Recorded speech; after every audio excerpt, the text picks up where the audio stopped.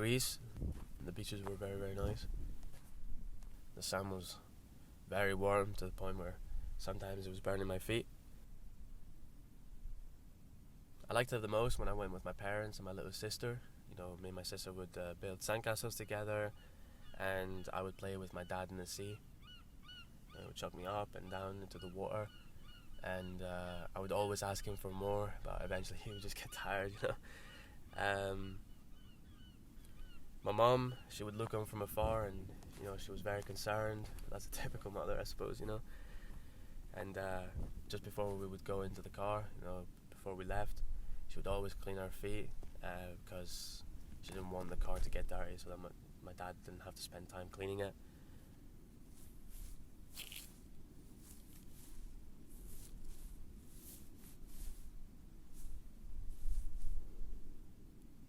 I think once I moved here, I missed doing things like that.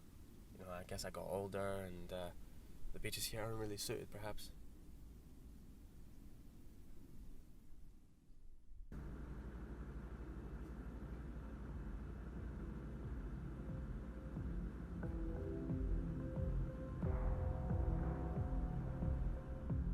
As well as that, I also have memories of being young in the neighbourhood and playing football in the streets. I would go onto my balcony and yell across the street to my friend, like, Yorgo, Elena Humela Pexme Balas Pedemisi. What does that mean? It means, Yorgo, let's go play ball at half 5. I was also friends with these guys called Vagelis and Alkeo. They were friends I made in nursery, and also a bit later I became friends with 2 girls, Fotini and Irini, who I learned English with.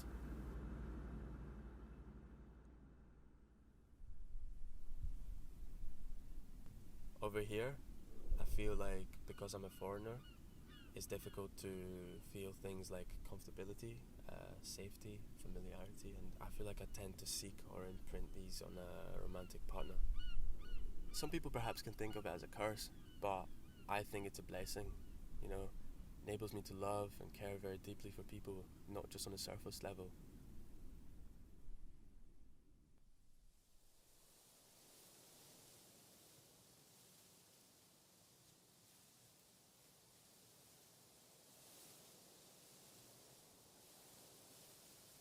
When I got here, especially for the first 2 years, I didn't feel like I belonged. I had friends. I wasn't alone, but I still felt like an imposter. I was here to complete the mission, my education, to merit, my family's decision to migrate and achieve their ambitions for me. Eventually, though, I began to feel more and more comfortable. I could express myself better, and my experience became a lot richer. The efforts I make for my education, it's not only for my family anymore, but for me as well.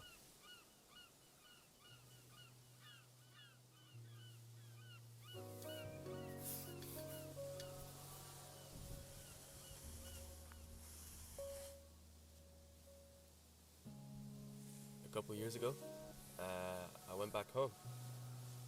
I remember my final day. I spent half of it with the girls I learned English with all those years ago. The other half with 2 other girls I was friends with. They were both called Irini. We were sitting on the roof. In Greek we call that a taratsa. I was sad, because it was my last night. But the sunset was beautiful, and my day had been perfect. It was like I never left at all.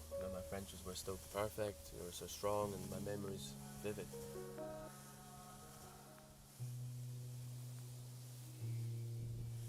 It's a testament to the depth that connections and memories have in withstanding time and distance.